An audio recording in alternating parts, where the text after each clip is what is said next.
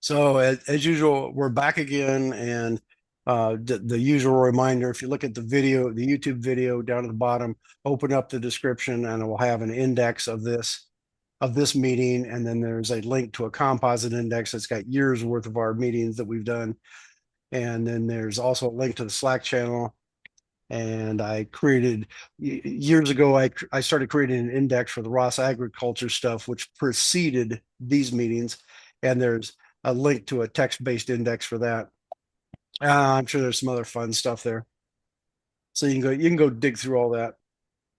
Um, let's see.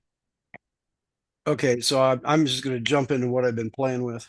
I was wanted to do some data logging, and I was looking at ESP32 chips um, and ESP8266 chips. And there is I ordered this from Elegoo on Amazon, so it's just came in a box like this. And here's another cute thing. See on there's a check mark. It says you get, or it says this box is a Type C or it's micro USB, and they put check marks next to them. It says there's three pieces in it.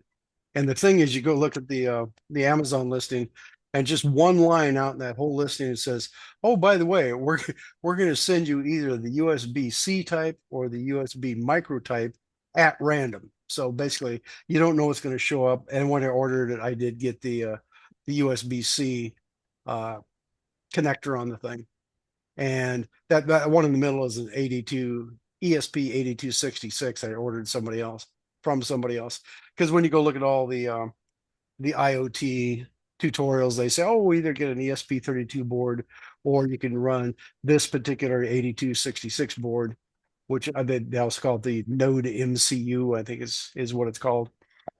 So I ordered up three of these boards from Elegoo and played with them. And the first problem I had was the board didn't want to program. It came up and gave me some stupid thing. It said, "Oh, I detected 15 megahertz instead of the 20." What it said, which is nowhere near the 26 megahertz that it's supposed to be. I thought, well, that seems odd. And then, but like three lines down, it came up and said, "Oh, frequency is 26 megahertz." I thought, wow, that's good. So that it came down and said loading the stub and doing some other stuff. Then it came up and says, "Oh, processor will not talk," or something, and it just died. So the programming didn't work. So right up front, oh, I got screwed on this. And then I played around and I loaded the Blink program, and then I think the Blink program loaded, and then after that it seemed to work. And it wasn't until I'd tried three different boards that I realized the very first time you try to program it, it's going to do that. I'm not sure why it's doing that, but I did it with two different boards from Elegoo. And when I put the second board in, because I was trying to verify something else, I thought, hey, this didn't program again. And then I think I started thinking maybe it's the fact you just have to program it more than once. And then later on, I ordered five boards from somebody called AiTrip. That's another Amazon thing. So I got five boards that claim to be better boards, or look for all intents and purposes that, oh, well, that's the boards I should have got in the first place. And what they sent me is identical to the first ones that I had that are here. So anyway, so somewhere I put one of those boards in, and the first one of those I tried would not program. So after the third board, I finally decided that's probably what the deal on the program is. You just the first time around, I think it loads some extra stuff on the board as it's attempting it, and the first time it fails, but then you run it again, and that I think everybody's happy. Although I have one right now I was playing with, and it's screwed up completely. I don't think it's. I I don't remember if it won't program or what the. I did something funny to it. I'll have to get back to that. So that's the first thing I noticed, that I was unhappy with that. But then I think, okay, as a workaround, I think, yeah, if you just, yeah, you have to program it twice the first time, that'll fix that. So another problem I was having, it seemed to be the chip seemed to be spitting out extra stuff on the serial port. I'd go to either run the Arduino, what do you call it, Arduino serial monitor, or if I try to run the Python, I wrote a Python logging program that just simply waits for a line of data to come in, and then when it gets at it, timestamps it, writes it to a file. Well, that thing seemed to be getting, it would come up and say, it would say, here's my timestamp, and then it would say like one single number, I think. So it would be like a 7 and then a comma, and then what looked like an actual humidity value, like say 25.2 or whatever it was. And they would repeat that, just bang, bang, bang, bang, bang down the line. So one of the it was doing that, and that was annoying me. I thought, well, I'll just go into the Excel program. It's not Excel, it's whatever Linux has. I'll just delete those lines off. So I grabbed and started highlighting down. I got down to either 5,000 or 8,000 lines that it had crammed in there in just a fraction of a second, because I'd start the thing up and it'd go, I thought, oh, well, that's odd. I thought, well, it's a little bit annoying. But in that amount of time, it put out, thousands of lines of that stuff. And I thought that was odd. And I was going to try to figure out what's wrong there. And later on, I was looking, just before the meeting, I was digging through the comments on this new board that I bought. And a guy was explaining all the stuff that I'm talking about. And he said, oh, well, yeah, that's a problem. And that's a problem. He's explaining the same thing about the extra garbage at the front. And another thing I found out, so let's see, what was the deal in that? I think it's just misinterpreting data coming in, because I also found out, I'd started up and it put, weird characters across the top, like, like 5 things of some weird looking character. I thought, it could be my baud rate is just wrong, because when this thing programs, it switches baud rates multiple times while it's doing something. So if you go into your Arduino IDE and go under the chip, it says the baud rate for programming, they said it like 900,020 bits per second or something. And I just set that back down to 115.2 kbaud, which is the rate that when I load my program, I say open the serial port at 115.2 kbaud. And now it turns out that once I did that, so it's programming at one rate, and then my program's going at a different rate. All of a sudden, I realized now it's putting out readable text, and it says, try this address. And it did that a whole bunch of times. And then it would come with a little block saying, booting from flash. And it says something about, and that's the address that it read. And that's where I think I've got the board that's screwed up right now and won't run at all. I think I've been playing around. I think I got to the point where it doesn't work anymore. So anyway, it turns out, yes, there's something about the whole booting process that's doing something funny. Uh, did somebody send out a message? I thought somebody's Slack Yeah, was L clicking. sent. I posted a Slack picture. Oh, I see. It's under random. The problem is on this screen, it's too small to see what's going on. So, okay. Unrelated to your thing, Jeff. Please Okay. So disregard. that's the magical light you kept talking about. Okay. You ever tried putting a spotlight on that? A Anyway, spotlight on the light? yeah. So no, I mean make the light a spotlight. So No. you're trying to look at it with a camera. So anyway, here. Squirrel. Well, we'll just ignore all that. I was thinking about, should we post your picture, but we'll just move on. So Ignore the squirrel. so I was saying that my booting process looks funny. It seems like it shouldn't be doing that in the first place. You should just be say program, and just like a regular Arduino, and then when it's done, it should pop up and your program should run. But it's apparently doing something different. And I noticed somewhere there's comments about this ESP32 has strapping options for boot mode. And it could be that if I tie some pins high or low, or maybe. And the other thing I thought about is my little, if I run the little development board that I bought, it could be that's interacting somehow with the processor. So I'll have to look into that too. And what was their point? And I think I found a YouTube video which I haven't looked at yet. It says, "Oh, here, this explains exactly how the ESP32 booting works." So if I go watch that, that might tell me what I need to know. So I might be able to get around that by one of two ways. Either one, figuring out how to fix this booting so it just immediately starts the program like it's supposed to, or I could just go into my Python logging thing and say, start the program, wait a couple of seconds, and then just open the serial port and flush it. Just throw all that crap out, and that should get me around that. And then there's one other problem I was having, that while I was running, just all of a sudden it would spit out the wrong thing on the serial port. And my Python program didn't like that, and it would just die. And I noticed if I did it on Putty would put up some weird characters. And once I started doing that, then it seemed to be at one point it seemed to be blocked to the point, it just, that's all that would ever come out. It just put just a single character, like a block character. So every time I put out a message, you put one of those. So that's what clued me into maybe my baud rates are changing somewhere. So that's probably the last thing that really has me annoyed right now about these things.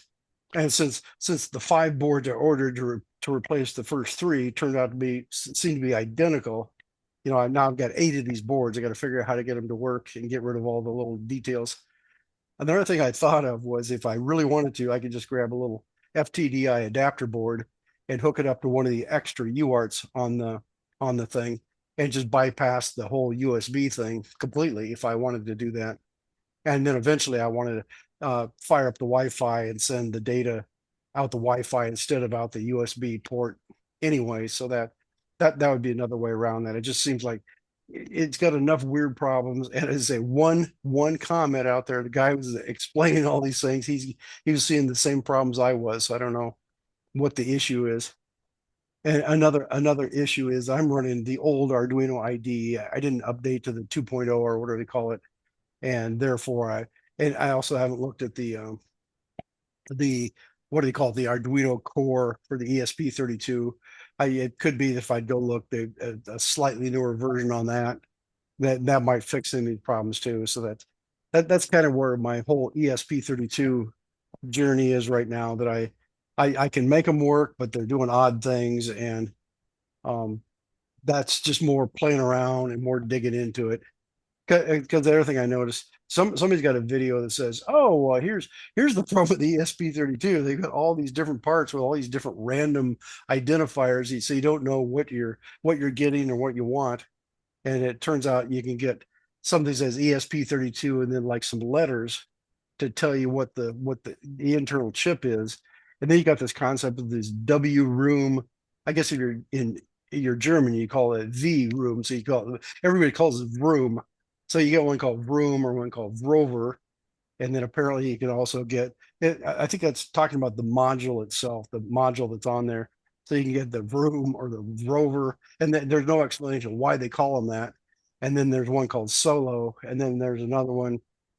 I can't remember what they call that, but so there's like two different designations going on there, and trying to get this stuff to match is just an utter pain. So, and when I started off, I had no idea what any of this stuff was. That's why I just randomly picked the first ones I came to that were cheap, and I thought, oh, it's because I did that, and then I went and found the five to replace it, and they're of course they're lying on Amazon. They're showing you pictures of something you don't get, and the more I dug through the comments, it turns out they're just sending random boards out to people, is what it looks like. Because you see the customers' uh, images of their board, and then you see the pictures they posted on the listing that are not the board that they claim it is. So there's just more and more problems like that. So, and the bottom line is, if you want something that really works, go to somebody like Adafruit and pay $12 to $20 for a board that will do what you want, as opposed to going to Amazon, where they're going to just take whatever they got laying on the floor and ship them out and claim that it's that's acceptable. So that's what I ran into on that. Let's see, anything else on that? Initial garbage serial port debug. So as I say, it looks like the initial stuff might be debug messages, and it might even be that when the thing craps out on me and kills my Python, I say it's putting out garbage. That might be more debug messages. Maybe the thing is saying, "Oh, here, something that the operating system or the chip itself is spitting out a message to alert you to something." And if it comes out at the wrong baud rate, that's going to screw up everybody. So that might be what's wrong with that. So I just need to do some more digging on that and some more playing around to get that to work. And the reason I'm trying to do this, I'm trying to get a data logger to work. And let's see, let's do like this. Gotta get the sharing to work this time. So we'll say share. Come on. Come on. And if we go to this screen, now this will work out here, because I can come here. I say it's awfully slow now. So here's that picture that Al just posted, and he's got a light on it. Is that the one that tells you if your pump is running? Is that what that's for? Yes, that's the pump house light. Here, let me go look at my thing to make sure this is sharing what I think it is. Yeah, okay. So anyway, so Al had posted that just so we could he was talking about that one time that he puts that light there. He's got a camera in his house that watches the light on his building out there. So let's see. Let's go look at this Oh, is this is that's the new one. So here's the first ones that I order on Amazon. I just went out and just went down the line and said, show me ESP32 modules. And I just look at that. Well, those look like ones I've seen before. And it was at the time they were 15.99, and now they've gone up to 19.99. And they show you three chips. And it turns out, here's the other odd thing. I've got I can't conveniently show this, but it turns out this image right there is exactly what the ones from the other company look like that they're shipping out. And then it turns out, what was the deal here? So the one I got from these people, well, apparently this picture does look like almost like the ones that actually showed up from this company, but the other company shows this. So if we look at that, it says ESP Vroom 32 and some other fun stuff. And then down at the bottom of that, it says FCC ID something, and it says ESP Vroom 32. So again, I don't know what this Vroom means, but it turns out these are not the chips they're sending out. So they show you all these pictures of something you're not going to get. And then you go down through the description at the bottom, and somebody's showing a picture of their board. And some look like this, some of them look like the other ones that I got, and some of them look totally different. So I'm starting to think that when you buy these things, you either get a blank and they put their own text on it, or you send your request to the company when you buy these things, because all these covers seem to be different and don't really seem to have anything to do with what's actually inside of the thing. So the bottom line is you have to get the part number out of it, and it's like a D0WD. And if it's the original one, what I think is what they call an S, just an S, then that means it's the original chip. And then you can get the slightly newer one that's an S2, which these ones I've got might be S2, because again, you look at the description, blah, blah, blah. This one says 5 pieces of ESP Vroom 32, which that's not what mine said. And it says ESP32, which could be the base part, or ESP32S, which is the original chip. So they put all the stuff in here just to sucker you in to go look at it. But then you go look at the descriptions down here, and they're all, you can't trust in the descriptions either. So I don't see. So if you dig through this, you don't know if any of this is true or not. So that's what I ran into. And then down here, there's lots of pictures here where people are saying either works or doesn't work. Let's see. Say open that new tab. Oh, that didn't work. There's what I want. So my boards do look like this. So at one point they sent those out, yet their pictures all look like this, and that's just not what they're sending out. So that just annoys me. They just seem to randomly throw out whatever garbage is laying around. Apparently when they couldn't sell last week, they just throw them in the bin and ship you whatever they have. So that's why you should go to somebody like Adafruit. You could actually trust those people. So why did I pull this up? I was going to say la, la, la, la, la, la, la. Oh, I know. That's not what I want in the first place. I want these. This is move this over here. Let me pull that one first. And pull this one. Well, that's not what I wanted to do. Anyway, this is what my data logging looks like. I was monitoring my in my bathroom. Well, actually, I've got hot water heating in this apartment, and in the bathroom there's a little unit that's got two little radiators and a control valve.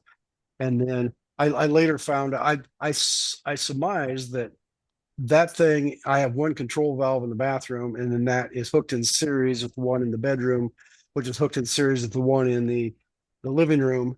And I'm suspecting that's hooked in series with the one in the laundry room next door to me. And when I get all my logging stuff hooked up, I'll carry a board over that's got Wi-Fi and plug it into the thing and see if it follows my thermostat. So I think my thermostat is controlling the laundry room, just because it was cheaper to do that. They assume if somebody's living there, it's going to be on enough to keep the laundry room warm. So anyway, I run through and I plot this stuff. Come on, come on.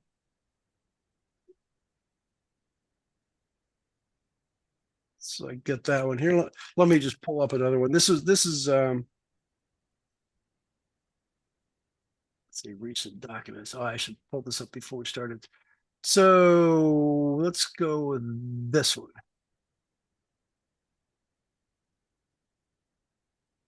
I say, let's go with this one. How come that didn't do anything? File, recent documents. Is that the one that's already displayed? Oh, that's the one that's already displayed. So we come down here somewhere and say an old one. And again, this is too small to read because it's on my other computer. Well, let's just grab one and see what happens. We'll just hope for the best here. Come on. And of course, it came up on the other screen. That's not what I want. Well, I can open it here easier. So we say recent documents.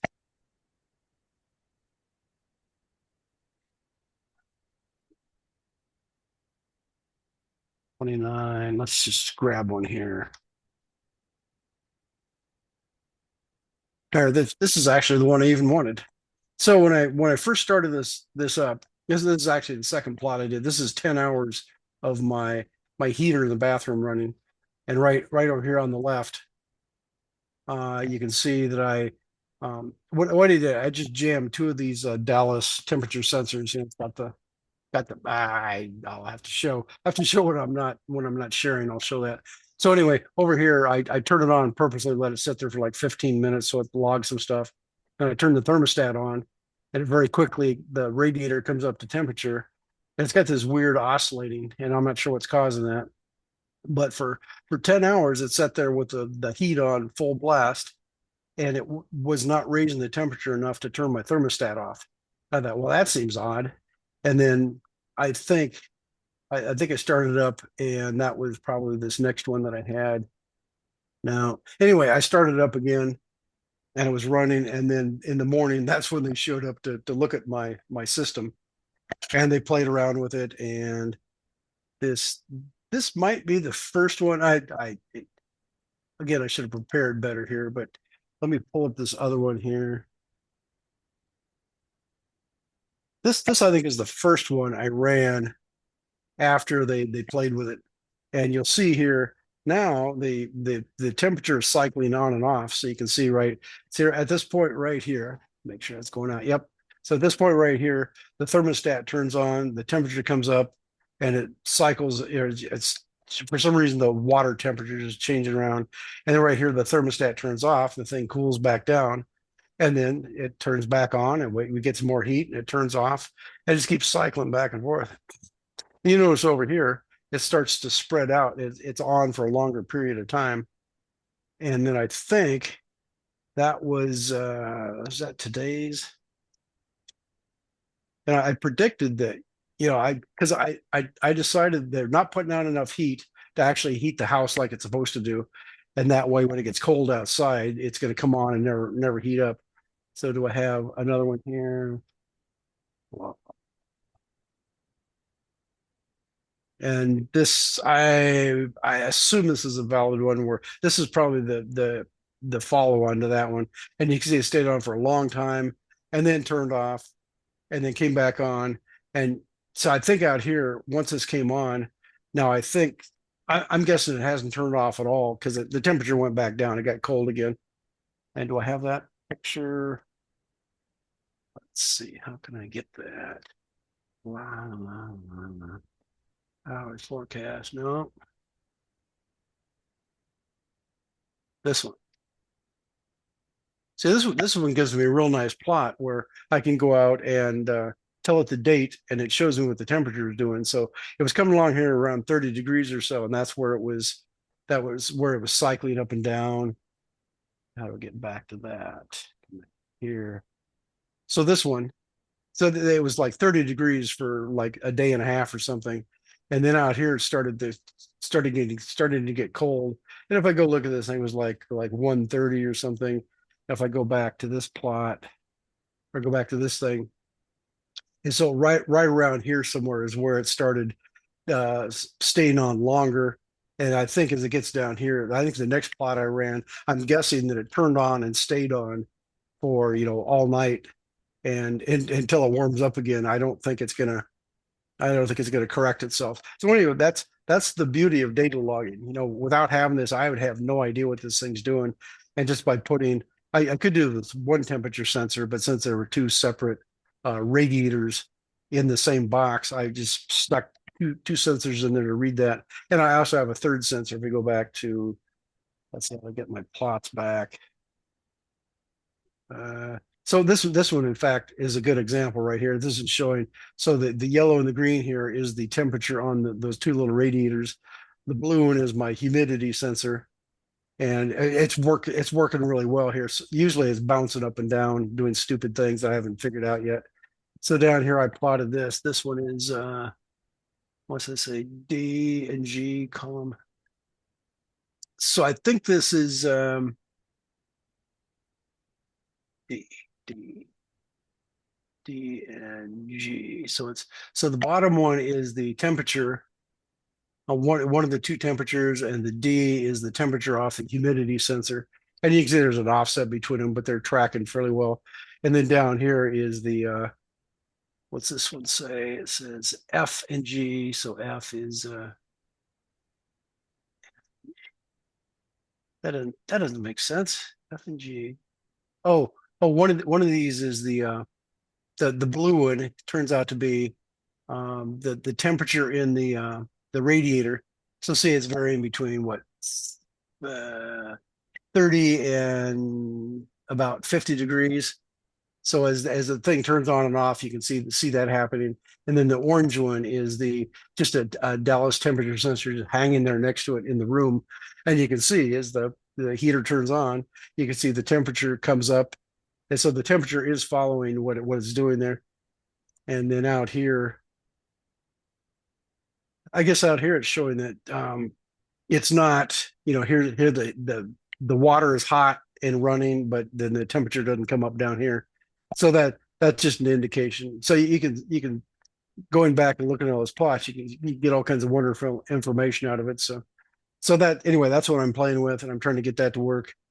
And I'll do some more play. I've been letting it ran all night, and I haven't checked it yet today to see what it did. But I'm guessing it didn't turn off at all last night. And then as we transition in the next couple of days, it's gonna be cold for the next couple of days, and it's supposed to warm up again. So I should be able to see the transition where it will do. Let's see which one. This one here. So it's probably doing this right now. It's just staying on the whole time, and then once the temperature starts coming down, then it's gonna like this. It's gonna shut off, and then it'll start cycling again. And then as it gets warmer outside, then it gets back to doing this. It gets to this where it cycles on and off a lot because it can now supply enough heat to run like it's supposed to. And my theory is somebody who is cheap, the same people that won't tell us about the fire alarm stuff, probably say, oh, let's just turn the temperature down on the boiler. We'll save money by doing that. So my guess is they're just not supplying enough heat for the system to work correctly. And I don't think anybody's going to do anything about it because they send out an email saying, oh, yeah, since it's getting cold, you should don't open your windows and set your thermostat appropriately. The recommended temperature is 68 degrees. And they didn't finish that statement that says, we want it at 68 because we don't care if you're cold. So basically they're going to argue that, oh, well, as long as it's above 68 degrees, we don't care. And that's so I haven't looked at it all. I just want to get some more plots here to find out what's actually happening. It just seems like if it gets cold for several days in a row, we're gonna have a problem because it will. So the thing just won't keep up, and if it's minus 10 outside, it's gonna get my temperature here is gonna get really ugly, I think so.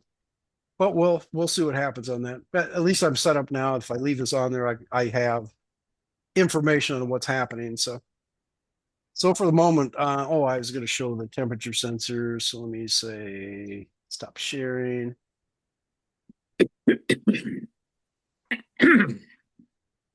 And okay, there we're back.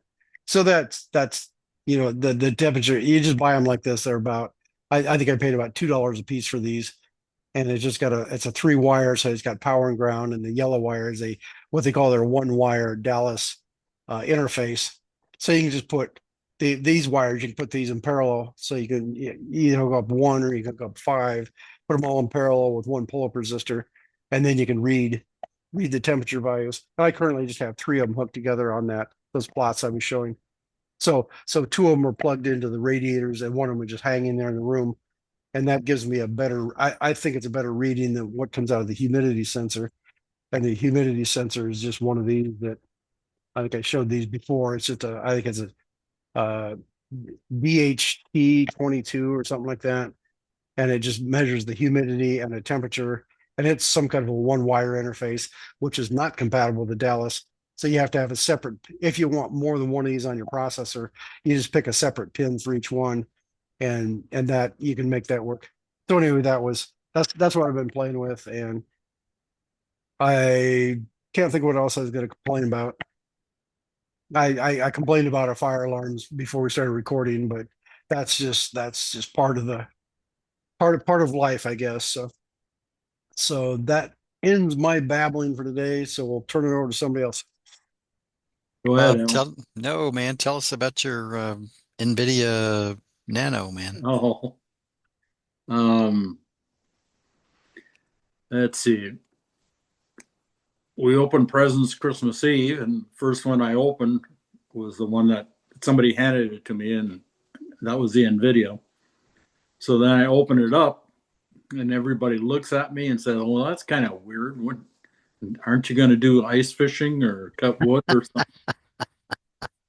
And then I get accused of being unreasonably obsessed with this computer stuff. So Tell him you're a nerd. yeah. Leave me alone. I'm a nerd. So needless to say, I didn't do anything with it on Christmas Day, but I realized too that my keyboard was broken and I needed a new keyboard. So I spent a day looking into maybe going headless right off the bat. And I said, no, I better go slow and easy and start from scratch. So Saturday, the keyboard came and I worked a little bit on Sunday. But boy, it's quite a learning curve. I'm spoiled with Apple products because you just click on an icon. There's no problem about being compatible with other ones. But anyway, let's see. Oh, I should show you the. Uh, Your video's not turned on. oh, okay. I'll show my current hardware setup.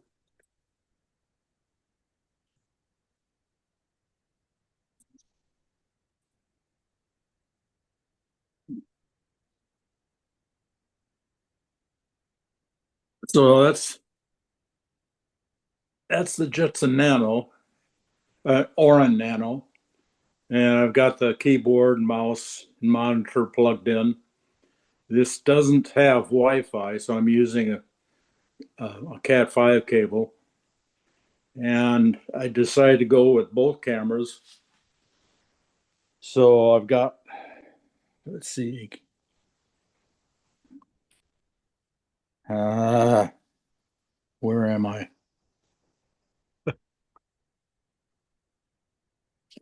Oh boy.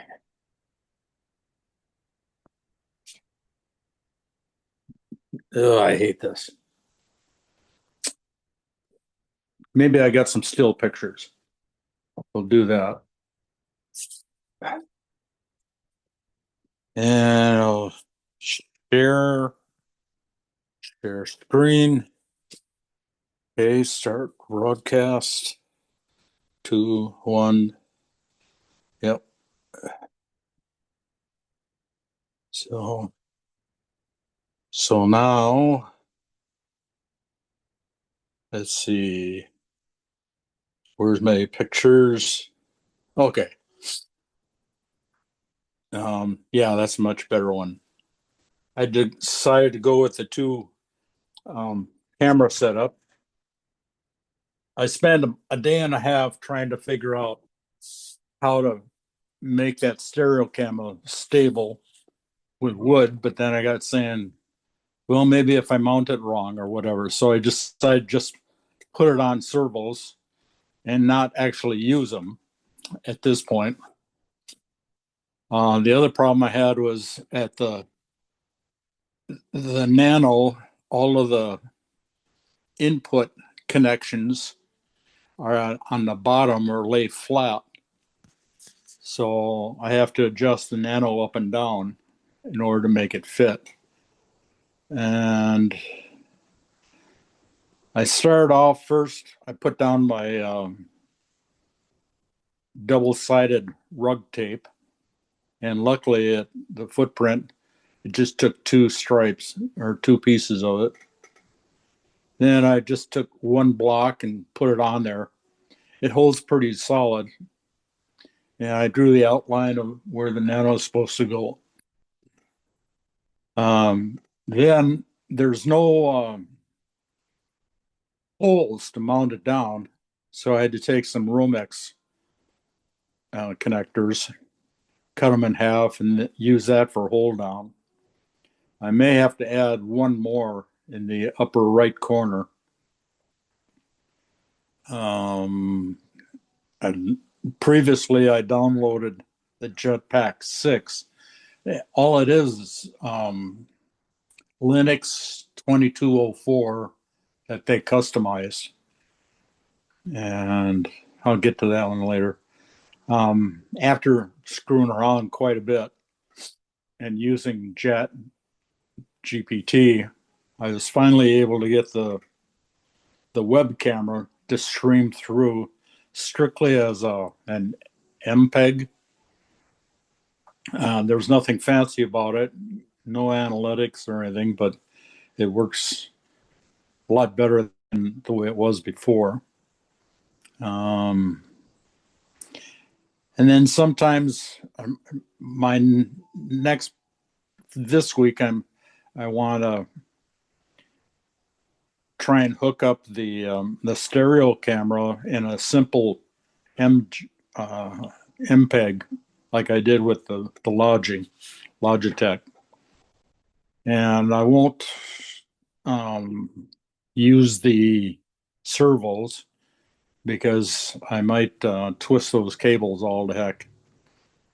And I'm also thinking I'll put in some physical stops. I know you can program the servos to a certain range, but I don't want to take a chance.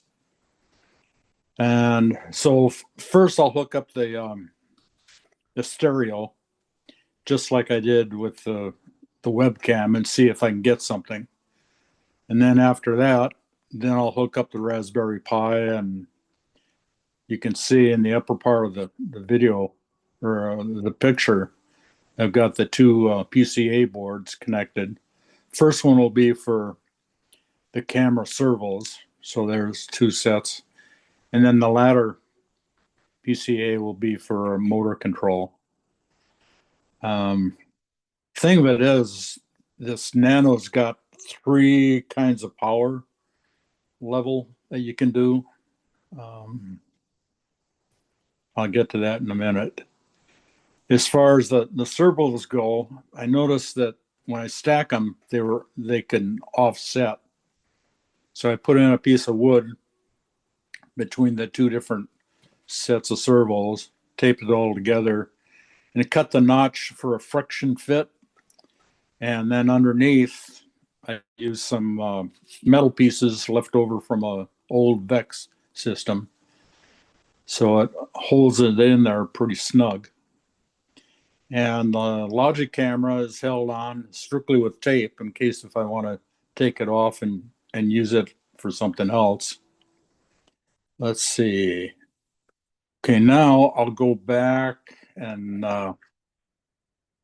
let's see. How do I get back there now? Whoop. There we are. Zoom. Stop sharing. Okay, now we'll do this. I'll set up this so we can see the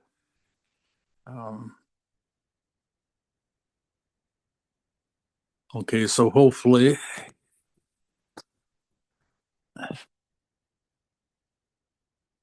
turn this around. Hopefully you can see the screen. The camera sort of I'm having stopped. a problem where the screen blanks out if I don't keep it active. So I have to constantly log in. That'll be Well, we can hear you, but the image is frozen. Oh, yeah. You can see my hand move, right? Nope. Oh, what am I doing? Huh.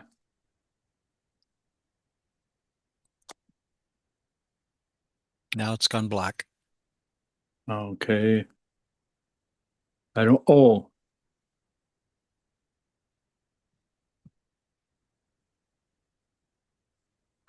What the hell did I do to it?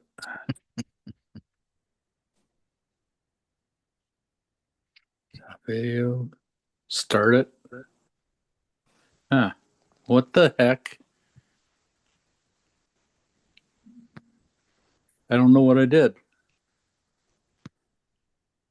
Huh. Well, you're having fun at it. That's all that Yeah. matters. Well, anyway, I've got it up. Why is the RPi? Why are you still using the RPi? I thought that was the benefit of using the powerful NVIDIA is you got rid of the RPi. The chat recommended using the Raspberry Pi for the lower control stuff and use the NVIDIA for the higher stuff. Although I have seen examples where everything runs off of the NVIDIA. So, well, anyway, that's about where I'm at. I still don't know why that. Now we have video back. Okay. Oh, Some sort of blue fabric thing. yeah, it's there. So I gotta here, let's do this. Can you see anything? We're seeing your TV with Bob on it. Oh, okay. I'll have to log in. If you go into your settings, you can say go under power mode, and you can say don't blank the screen.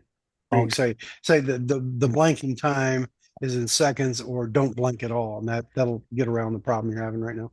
Okay. There's the current video feed, and I'll move the servo just by hand. This is the webcam, and you should be able to move it around. Quality of the video is really good. Next step is I want to achieve that with the stereo camera without any fancy analytics or whatever. Thing I like about this is it shows the usage. There's like 6 CPUs, how it's percent loaded. So, but right now, let's see. What's kind of screwy is you get 3 kinds of power settings, 15, 25, and then a max. And then you get a 7-watt. So that's going to have some implications for battery power, and I don't know how to go after that yet. So we'll close this out, and when I started using it, this is what I asked it to do. this is what it said it can do. It confirmed the camera, and I had it plugged into the second USB port, so I changed it to make it sure that it came up as video 0 instead of video 1. And then it said, do this, install GStreamer, then get it on a monitor. I didn't want to use cheese. It's just the straight commands. If there's, what I like is if something isn't working, it gives me what I should check for and how to fix it.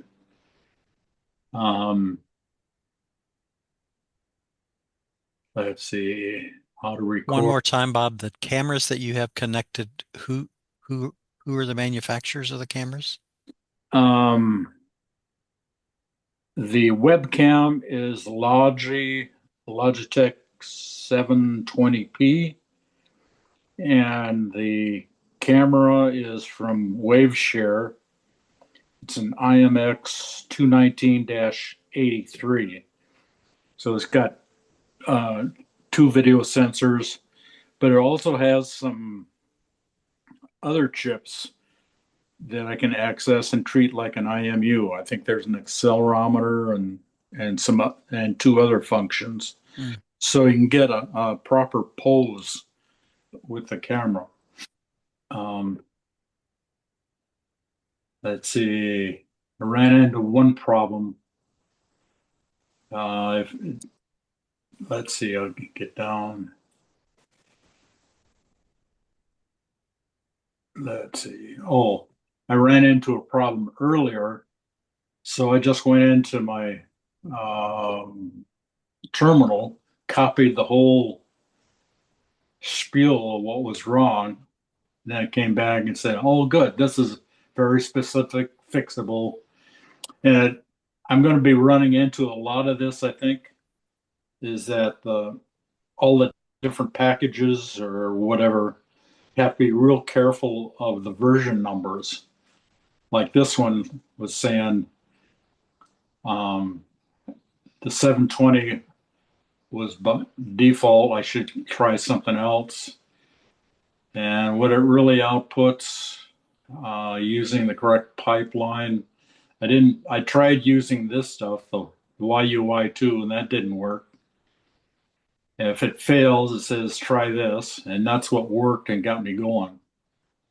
And then again, each time it explains why this happens.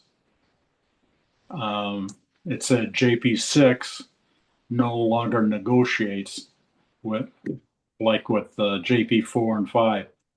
And from a previous project, they recommended going with JP5 because I wouldn't have this problem.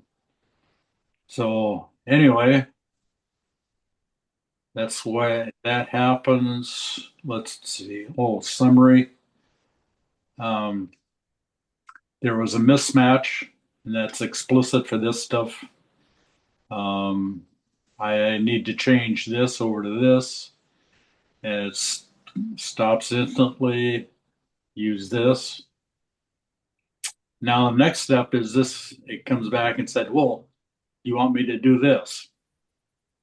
And right now I'm going to hold off on these ideas and just ask it to set up the stereo camera like the webcam. Nothing fancy, just to try and get a picture with the stereo camera. So that's about where I'm at. Whoops, I'll move back to the other way and turn this around and turn the see if I can turn the camera around. We lost your video There again. it goes. Oh, now it's back. Yeah, I had the camera turned on wrong. So that's about where I'm at. Nice. What's encouraging is that I'm not getting overwhelmed when stuff goes wrong. And even though I don't know what I'm doing, to be honest, I'm glad that chat can help troubleshoot it. But more importantly, teach me the little things that's going on. So It's pretty patient too. yeah, it is. And it's not chewing me out saying, oh, you did something nasty. You shouldn't have done that, you jerk. And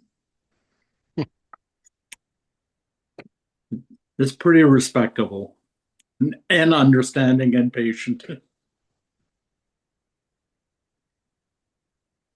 So that's all I got for now.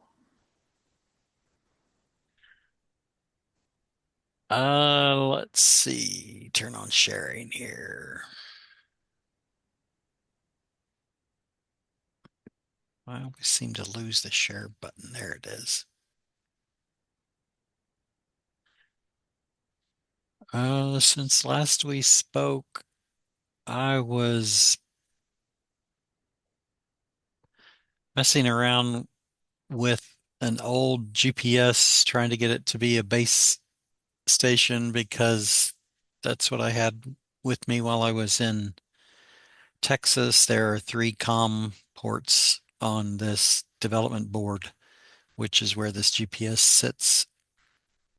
And so I had one extension cable connected into COM1 to program it, and another extension cable connected into an ESP32 to read the output. It was just easier. I mean, technically you can do the programming and the output on one COM port, but I was just separating it so it was easier to sort of see what was coming and going. So I got that working, and the ESP32 was posting data to a particular port that I chose.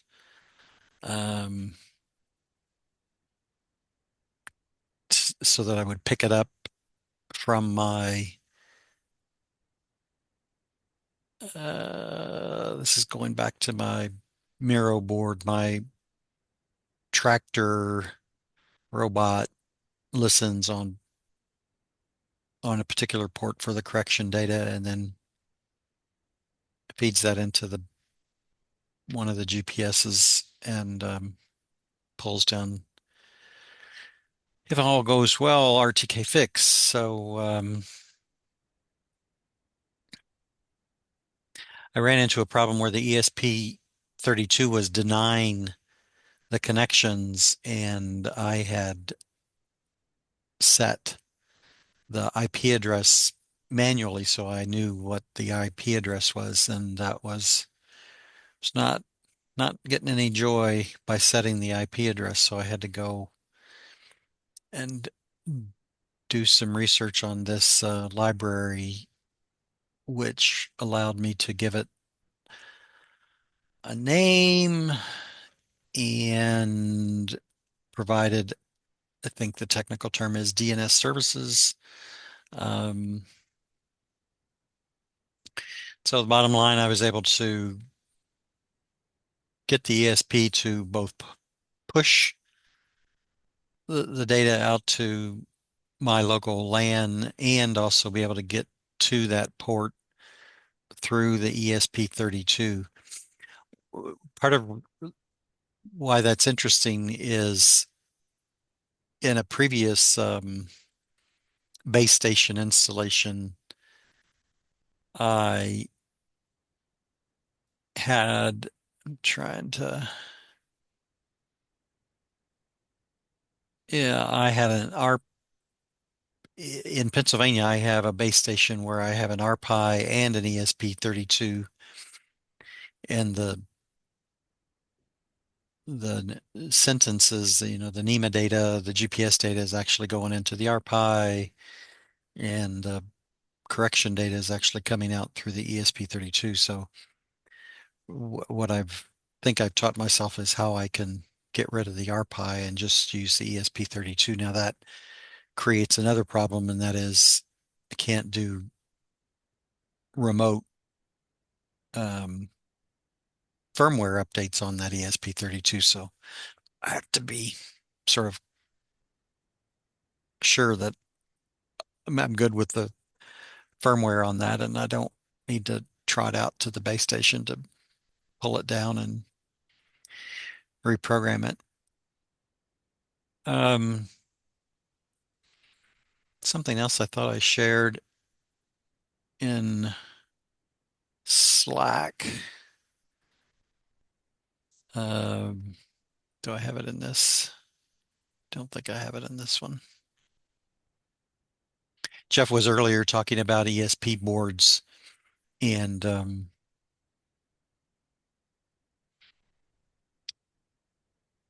that was, you can pull the chip data off of the board, and I had just did a short little include file that would print off, what chip am I dealing with, what's the CPU and heap size, and something called PS RAM. None of my boards have this PS RAM. I guess that's only if the board is, I forgot what that was for. Maybe another radio or something. So anyway, this was what the chip reports as the, did I just change that?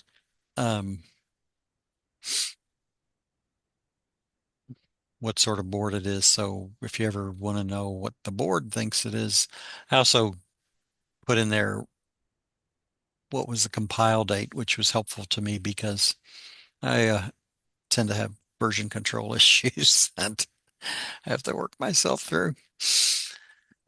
And so I got RTK fix going. Then my next problem was I had a solder joint all screwed up on my LED tower. Sort of the long, the short version of that story is I got the solder loaded up and then realized I've got the power draw from this is such that it's blowing up my teensy, and this specifically the serial output on the teensy. So that problem hasn't been fixed yet. I've just disconnected my light now, and I'll have to get back to that problem someday. And then I spent time messing around with, this is a partial picture of a pump house in Texas, and I've got a light that's connected to that pump house. That light is powered by, there's 220 volts coming into this pump. And Jeff has talked about monitoring stuff and getting data from one place to another. And I wanted to know when this pump was running. The An electrician hooked up a light for me, and so I could visually see that. And I wanted to get some digital data going, try to use a camera to monitor that light. Yeah, that's a little bit hard because at night it's easy. Lights on, it's all dark. The only thing you see is the light. But at 12 noon, it's pretty tough to distinguish between whether that light's on or whether it's just a big glaring sun. So what I did is connected into this power and tried an ESP32 over Wi-Fi. Wi-Fi signal wasn't strong enough. So then I pulled out of my box some ESP32 that had LoRa on them. So at the moment, what I've got going on is every time that ESP fires up, it runs a really simple program that just says, hey, in the setup, I booted. And then in the loop, every 10 seconds, it sends a heartbeat. And so that gives me good data on how often when and how when that when that pump is running. Now I haven't done all the fancy stuff like Jeff has to visualize that, but I've just now started getting the data. I also log how many milliseconds the ESP has been running, so it looks like it takes about 5 seconds to get that first boot signal uploaded into Google Sheets. And this is the RSSI, so the signal strength and the pump shuts down at about 80 seconds is my one of these is like that one. It lasted an extra 10 seconds. It got another heartbeat in there before it crapped out. Why is this important? Because I got cows down there, and if they knock something over and the pump keeps running, um, I need to send my cow guy over to like fix whatever they broke. Um, and it's also interesting just to see how much water they're taking, and yeah, it's just sort of a preventative thing to keep an eye on to see how hard the pump is working. And let's see, the last thing to share was I bought an oscilloscope, and I need to get it. It's an old oscilloscope, and to be specifically, I need to turn sharing back on. Zoom, share. It is an HP Infineon oscilloscope, and this is a YouTube video that I need to follow along with how to repair the disk drive, because it's hanging and it's not booting up completely. It has Windows CE, maybe. I've forgotten which Windows version is running on this thing, so it's pretty interesting. And so what these guys have done is they say, hey, go get you some um, compact flash storage and put it on this. I think it's 40 pins, a 40 pin adapter, and you can burn a new image on there and boot that up. And that's different than I mean, this is an SSD, a modern SSD. So this is old school 40 pin deal that I'm trying to make work. So that's the next step on one of the other side projects to spend time on. Another squirrel. That's what's going on in my world.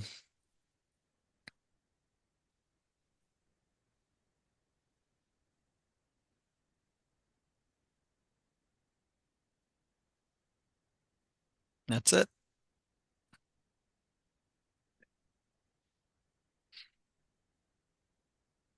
Did I lose you guys? No, I see you.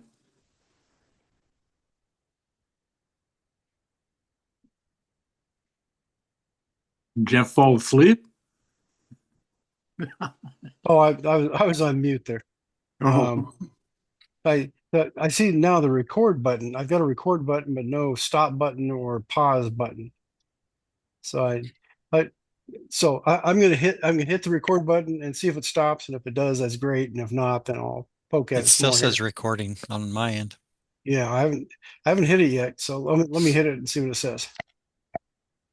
Okay, so it brings up a thing that says, do I want to stop recording or pause recording? So I'll say stop.